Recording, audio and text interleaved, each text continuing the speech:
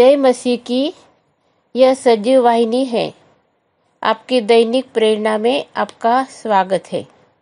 आज का विषय है क्षमा, फॉरगिवनेस, फॉरगिवन। हम पढ़ते हैं भजन संहिता 32 और 1। क्या ही धन्य है वह जिसका अपराध क्षमा किया गया और जिसका पाप ढांपा गया हो।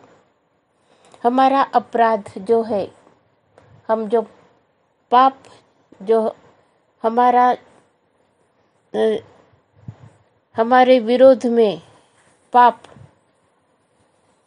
की जो मजदूरी है वो मृत्यु है। ये जो लेख है वो लेख से हमें छुटकारा और पापों से हमें मुक्ति, पापों की क्षमा, और उनको धन्य कहा है वचन में।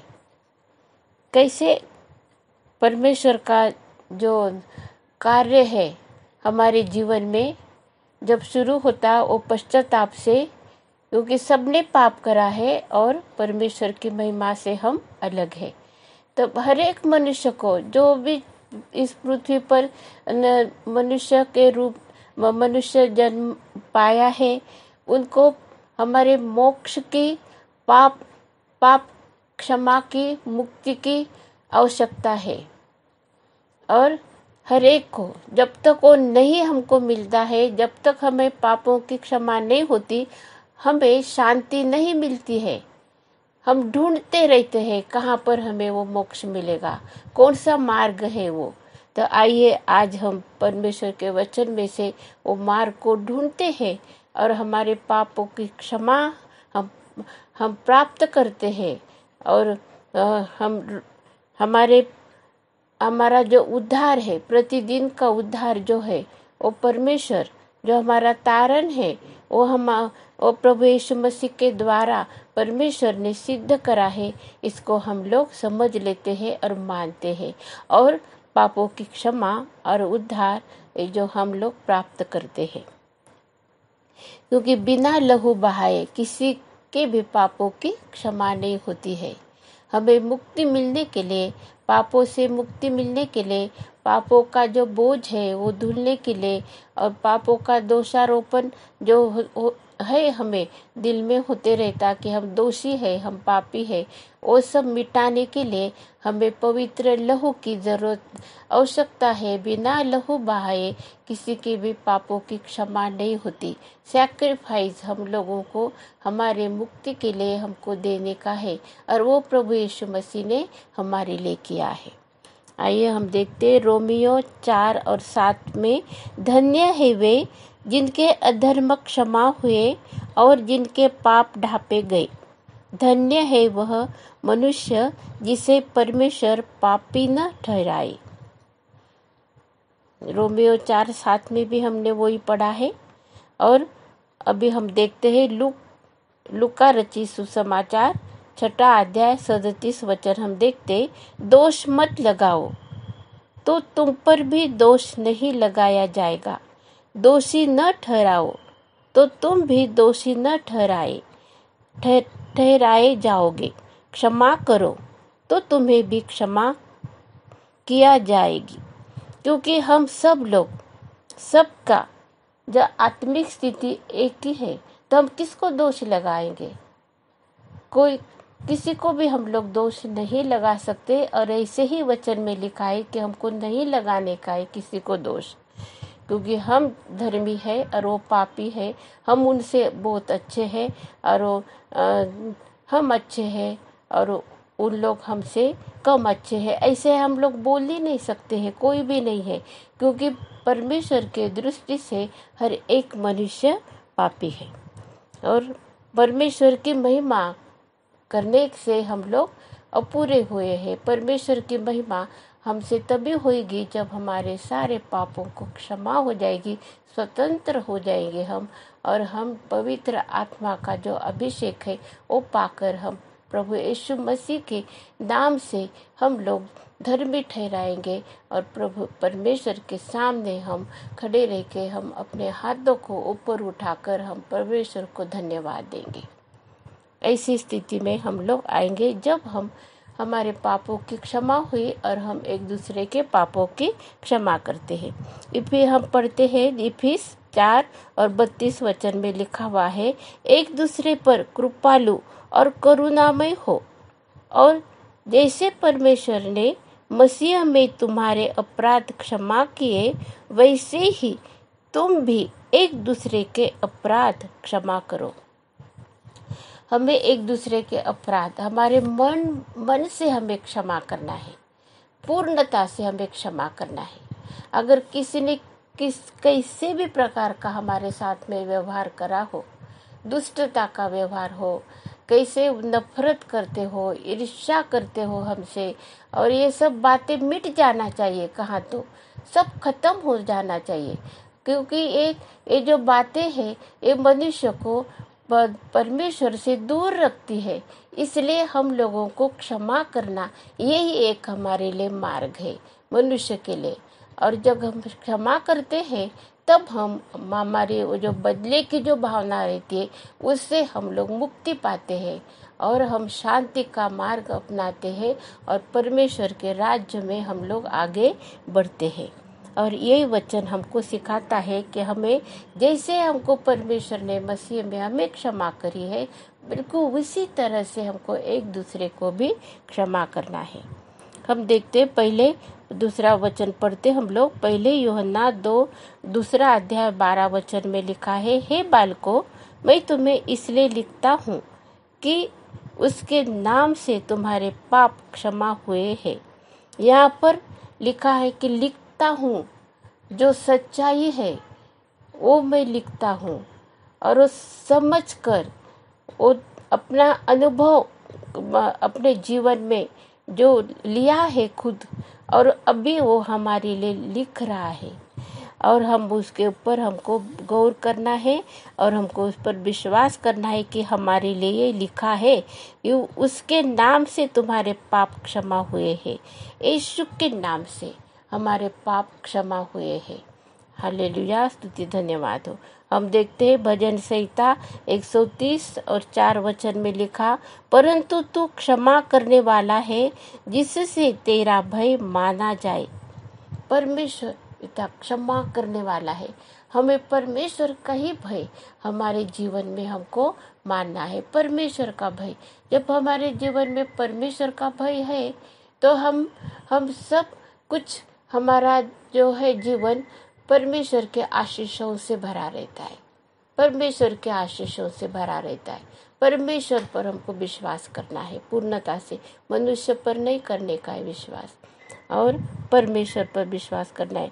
प्रेरितों के काम 5 अध्याय 31 वचन हम पढ़ते हैं, उसी को परमेश्वर ने प्रभु और उद्धारकर्ता ठहरा कर अपने दाहिने हाथ पर उच्च कर दिया कि वह इजराइलियों को मन फिराव की शक्ति और पापों की क्षमा प्रदान करे। पापों, मन फिराव की शक्ति, मन फिराना।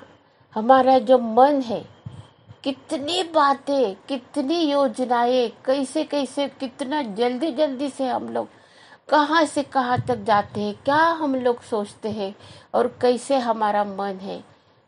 और ये मन तो हमारा परमेश्वर के हाथ में है। जब परमेश्वर हमारे मन को बदलता है तो तभी हम लोग बदल सकते हैं। इसलिए हम लोगों को मन फिराव का आत्मा, मन फिराने के लिए परमेश्वर की कृपा और उसका अनुग्रह हमको चाहिए, और ये हम नहीं कर सकते। परमेश्वर की मदद से, उसकी ही सहायता से हम कर सकते हैं। यहाँ पर लिखा है कि इजराइलियों को मन फिराव की शक्ति और पापों की क्षमा प्रदान करे। हालेलुया, स्तुति धन्यवाद हो। और इसीलिए परमेश्वर ने प्रभु और उद्धारकर्ता ठहरा कर अपने दाहिने हाथ पर उच्च कर दिया है। प्रभु यीशु मसीह को क्योंकि उसने इतने बड़े बड़े काम हमारे लिए करे हैं, असाधारण काम हमारे लिए करे हैं। वो विश्वास योग्य हमारा महायाजक है। उसने हमारे पापों के लिए अपना स्वयं प्रायश्चित करके, अपना स्वयं पवित्र लहू लेकर वो मर्सी सीट पर, वो जो दया का जो आसन है परमेश्वर के दाहिने हाथ में वो बैठा है और हमारे लिए विश्वास योग्यता से हमारे लिए प्रार्थना करता है, विनती और याचना करता है। मध्यस्थ है, वो एक ही मध्यस्थ है मनुष्य और परमेश्वर के बीच में, प्रभु यीशु मसीह हमारे लिए स्वर्ग में। प्रभु यीशु मसीह हमारा मध्यस्थ है, वो हमारे लिए प्रार्थना कर रहा है, विनती कर रहा है। हम कैसे हम भूल सकते हैं? हम उसके बिना हम जीवन नहीं बिता सकते, बिल्कुल कुछ भी नहीं कर सकते हम। और पवित्र आत्मा हम पवित्र आत्मा के अधीन होकर हम प्रभु यीशु मसीह की आराधना, हम स्तुति करें और पापों की क्षमा करने के लिए हमें जो शक्ति चाहिए वो हम मांगते रहे, प्रदान करें और क्षमा करते रहे। क्षमा करने का ये जो स्वर्गीय जो स्वभाव है, जो प्रभु यीशु मसीह का जो गुण है, वो हम में उतरना बहुत ज़रूरी है। उसके बिना हम लोगों को, अगर हमने किसी को क्षमा नहीं करी तो हमको नहीं होगी पापों की क्षमा। ऐसे लिखा है बाइबल में, वचन है। इसलिए हम लोगों को एक चीज़, ये बातें समझनी है और हमारा आचरण और हमारा स्वभाव, हमारे विचारों को हमको बदलना है।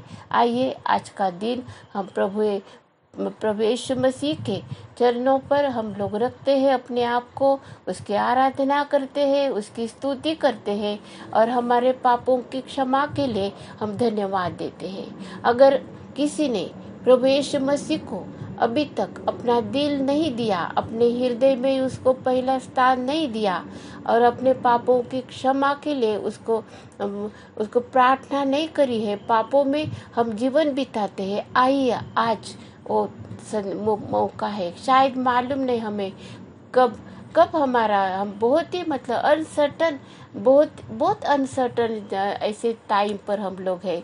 कब क्या हो जाएगा हमें नहीं मालूम है, लेकिन आज हमको परमेश्वर ने हमको मौका दिया है कि हम अपने पापों की क्षमा पाकर हम सार्वकालिक जीवन में हम प्रवेश कर सकते हैं। और हम लोग करेंगे क्योंकि प्रभु यीशु मसीह की कृपा जिनके ऊपर होती है उनको वो पश्चाताप का हृदय देता है और हम यीशु की आराधना, यीशु की स्तुति, यीशु की प्रशंसा हम करते हैं। हालेलुया, स्तुति धन्यवाद हो।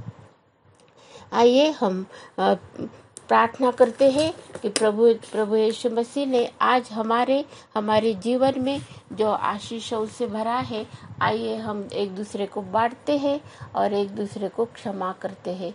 जो अपराध किसी ने हमसे हमारे करे हैं, हम क्षमा करते हैं, उनको हम मांगते हैं परमेश्वर से। प्रभु तो अजाने अनजाने में अगर हम हमारे दिल को, हमारे मन को तू जांच और हमें तू शुद्ध कर, तेरे पवित्र लहू से तो हमें तू शुद्ध कर प्रभु, और इस योग्य हमें तू बना कि हम तेरे साथ में, तेरे राज्य में हम लोग रह सकते हैं।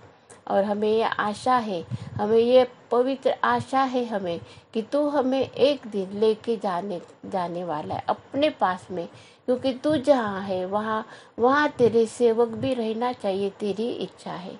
इसलिए हम तुझे धन्यवाद देते। यीशु की शांति आपके और मेरे हृदय में राज्य करे, आमीन। आइए हम आशीर्वचन पढ़ते हैं।